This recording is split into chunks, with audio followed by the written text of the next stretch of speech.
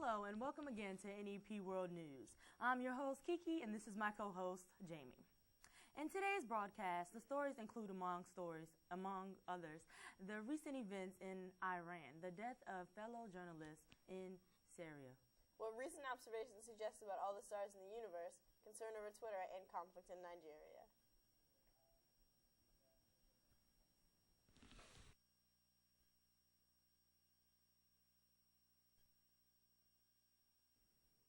In Iran on January 11th, a nuclear scientist was killed by a car bomb in North Tehran.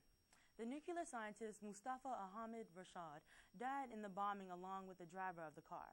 Tommy Vietor, the spokesman for the National Security Council of the U.S., said that the U.S. had absolutely nothing to do with it.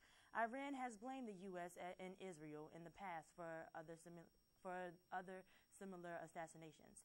Mr. Vietor went on to say that the U.S. strongly condemns all acts of violence. Well, not quite. Need I remind you, Mr. Vietor, that the U.S. is still at war? Iranian officials said that two motorcyclists attached a bomb underneath Mr. Ahmed Rashad's car and detonated it outside of a university campus. The blast killed Mr. Ahmed Rashad and the driver instantly and left debris hanging in nearby trees.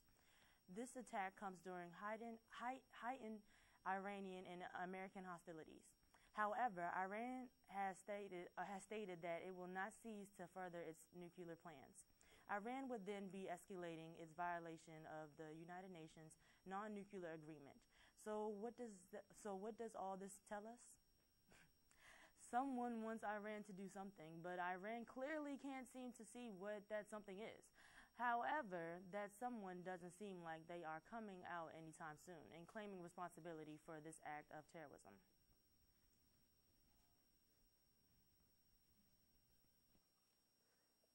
As we turn our gaze to the stars, you might be thinking, my neck hurts. Well, mine does too.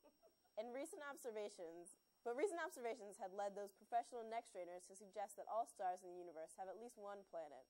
Estimates say that there are about 10 billion Earth-sized planets in our galaxy. Cool, eh? 10 billion other Earths to trash, but then again, I've got my fingers crossed for Pandora. Anyway, these scientists use a technique called gravitational microlensing and found a handful of exoplanets that imply the existence of billions more.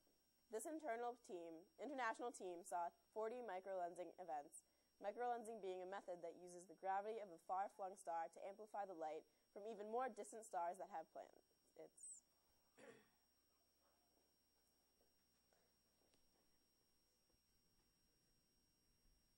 Again in the Middle East, a French TV reporter by the name of Gilles Jacques was killed in Homs, Syria.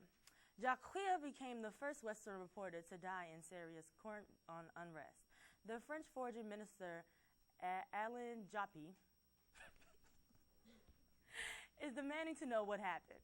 It is estimated that 5,000 people have died since the unrest began in March 2011. It is reported that 2,000 Syrian security personnel have also died trying to combat armed gangs and terrorists. So on that note, to all reporters, Syria's a sinking ship. Might want to check it out, but maybe from afar.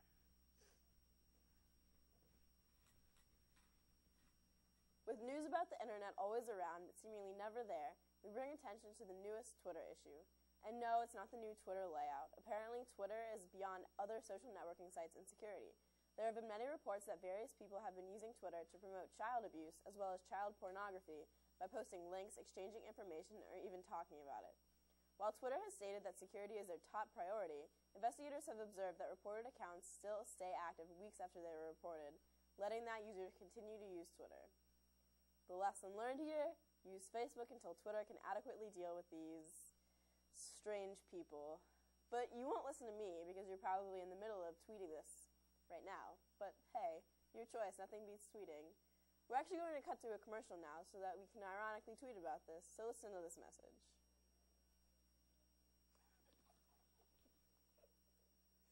God, who's here? This is tripe. There's so many crumbs.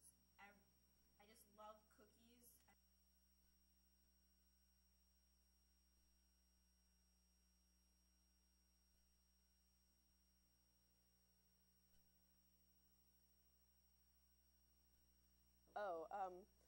we're not done. Play the interview.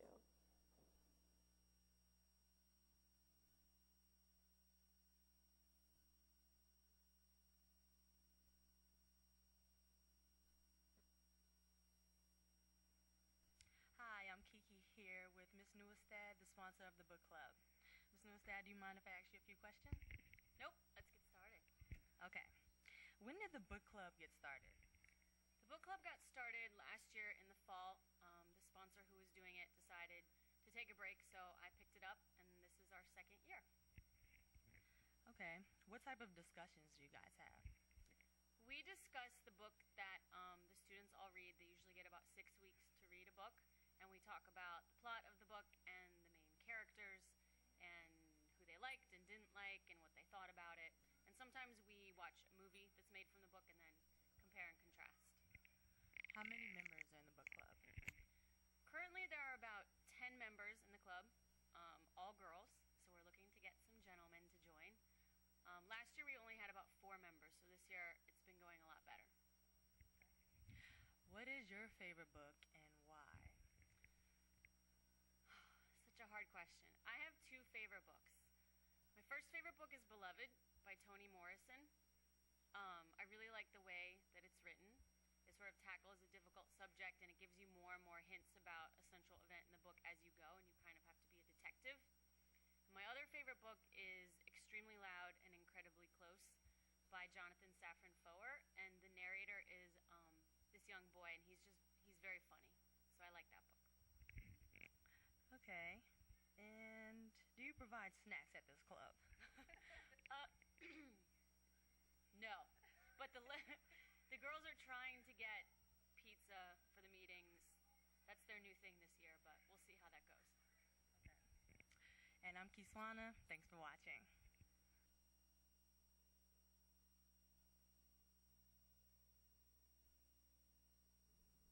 We now go to our foraging correspondent, Nathan Painter, who has been sent to Antarctica. We've asked him to join us via satellite link and tell us about the weather.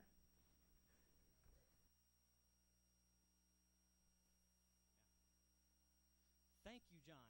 As you can see, I'm here in Antarctica with a group of Norwegian scientists. They're not the nicest scientists. They laugh at me because I can't speak Norwegian, but they do give me food, so that's a plus. This just goes to show that gambling is bad. Anyway, I'm here in the heated South Pole Research Facility, standing in front of a green screen, and it's still cold. So now let's cut to our exterior landscape camera, and the weather here in Antarctica is, to sum it up, cold. Today we'll see a high of 29 degrees below freezing and a low of 47 degrees below insanity. Wait, this is Celsius? That makes it like negative 50 degrees Fahrenheit. That's like 80 below freezing. What on earth? Not only that, but we are expecting a snowstorm and tonight an ice storm. That's all there is out here, snow and ice. You think we have enough? Wait, what is that? Why is that on camera? Is that a penguin? Of all the places in Antarctica for a penguin to be, it picks right in front of our camera. Seriously? That's got to be the only penguin in Antarctica. I seriously haven't seen any other. Has he been on screen this whole time? What is the cameraman doing? He must be bored out of his mind.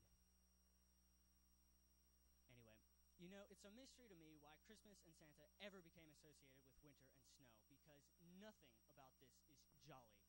I feel sorry for that guy getting stuck with the North Pole. At least here, there's actually land. Is my tea ready yet? It is? Good. John, I've had enough. The weather here is cold and icy. Send food and blankets to the following address, okay? It is South Pole Research Facility at...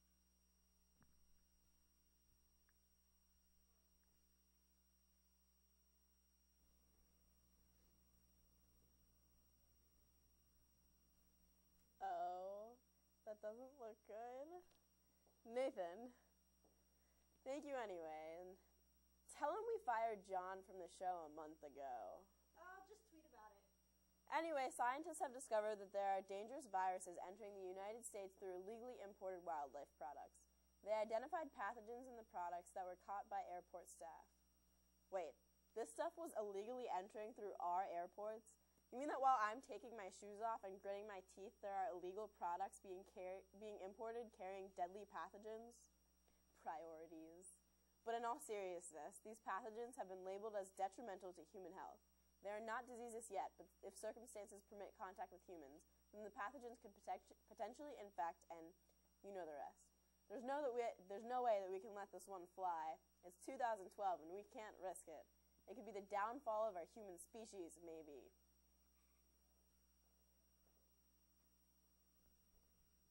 Conflict in Nigeria has... Why do I get all the conflicts? Oh, just read off the teleprompter. The militant Islamic group Boko Haram in Nigeria has come out and defeated their recent attacks on Christians, calling it revenge for the recent attacks on Muslims in northern Nigeria. The Boko Haram had stormed several churches on Christmas Day, killing dozens of worshippers. The group's leader, Abuko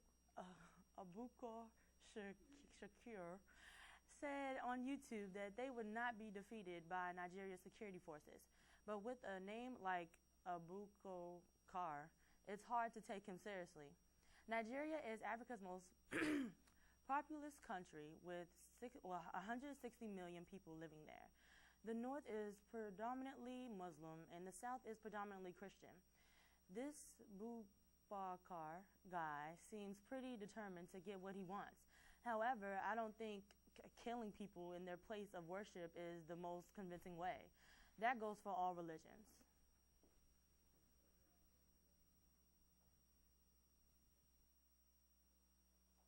Now for news and entertainment. Well, 200 years old entertainment. A letter from German composer Ludwig van Beethoven has just been uncovered. It was written by Beethoven himself in 1823, and in it he complains about being sick and how he doesn't have enough cash. Wow, times have not changed. That sort of sums up all my emails, except my emails aren't worth 100,000 euros like Beethoven's letter.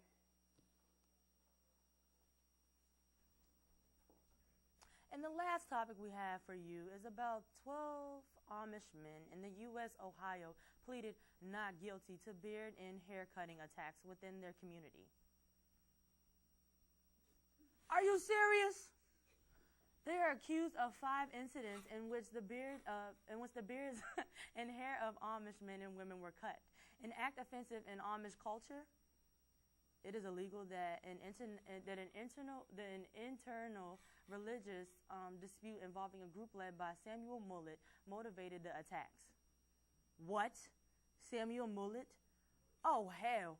Look out, children. Samuel freaking Mullet is cutting hair. A rare glance into Amish problems. This is why we leave them alone. And leave us alone. Because apparently cutting hair is of national concern. Barbers, be warned not to set foot in Ohio. Sweetney Todd's fine. He doesn't cut hair, but